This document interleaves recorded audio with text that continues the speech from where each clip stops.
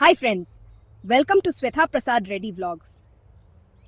Am I the only one that didn't know about the whispering tree and the magical map? కెరెన్ అనే కుందేలు భయంగా గెంతుతున్నాడు. మనీష్ అనే ముంగిస్తనం ముక్కును విదిలించింది. వారు గుసగుసలాడే చెట్టు కింద నిలబడ్డారు. దాని ఆకులు రహస్యంగా సర్రుమంటున్నాయి. కెరెన్ ఒక పాత మ్యాప్ను విప్పాడు. అది కూడా గుసగుసలాడింది. నిధి అని మనీష్ ఇప్పిరి పీల్చుకున్నాడు. అతని కడ్రు ప్రకాశవంతంగా ఉన్నాయి. జాప్ ఒక వంకర్ మార్గం, ఒక గర్జించేంద మరియు నక్షత్రం గుర్తుతో ఒక గను చూపించింది. కెరన్ భయపడినా ఒక అట్రిల్ అనుభూతి చెందాడు. సాసన్, మనం ధైర్యంగా ఉండాలి అని కెరన్ అరిచాడు. అతని మీసాలు వణుకుతున్నాయి. మనీష్ తల్పి ఇప్పటికే ముందుకు పరుగెత్తాడు. కెరన్ బ్యాప్ను పట్టుకుని అనుసరించాడు. అడవి వేచి ఉంది. దారి ఇరుకుగా మారింది. సూర్యకాంతి అడవి నేలను చేరుకోలేదు. తీగలు ఆకుపచ్చ పాములలా వంకరగా ఉన్నాయి.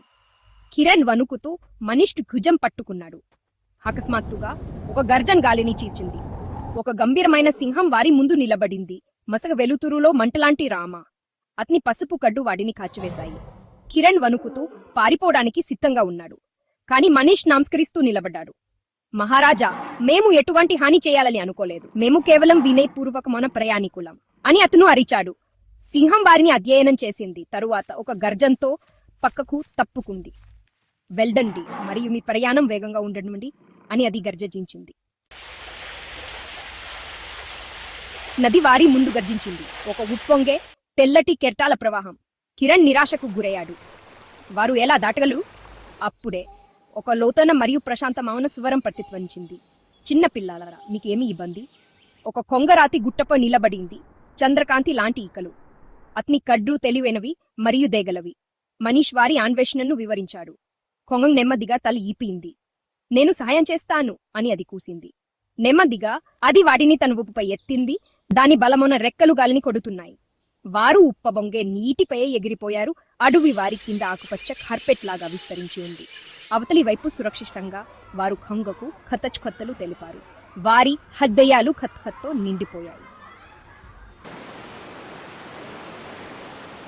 మ్యాప్ను అనుసరిస్తూ వారు జలపాతం వెనుక దాగి ఉన్న గును కనుగొన్నారు. లోపల్ అది ఒక వింత కాంతితో మెరిసింది. రత్నాల కుప్పలు మెరిసిపోయాయి. మినుగురు పురుగుల లాంటి కెంపులు, బంధించబడిన సూర్యకాంతి లాంటి పచ్చలు. కెరెన్ ఆశ్చర్యపోయాడు. కాని మనీష్ ఆశ్చర్యకరంగా తలోపాడు. నిజమైన నెతి అనేది ప్రయాణం మరియు మనం దారిలో చేసుకునే స్నేహితులు అని అతను చెప్పాడు. కెరెన్ ఒక క్షణం ఆలోచించి తరువాత నవ్వాడు. అతను అర్థం చేసుకున్నాడు. వారు ఒక నీలమణిని మాత్రమే తీసుకున్నారు. వారి సాసం యొక్క జితాపకం. మిగిలిన వాటిని తాకుండా వదిలేసి వారు ఇంటికి తిరిగి వచ్చారు. అనుభవం మరియు వారు చేసుకున్న స్నేహితులతో గొప్పగా ఉన్నారు. అడవి నక్షత్రాల క్రింద ఒక విందుతో వారి తిరిగి రావడాన్ని జరుపుకుంది. జంతువులు ఉత్సాహపడ్డాయి మరియు కెరెన్ మరియు మనీష్ వారి సాహసం రాబోయే తరాలకు చెప్పబడుతుంది తెలుసు. జెక్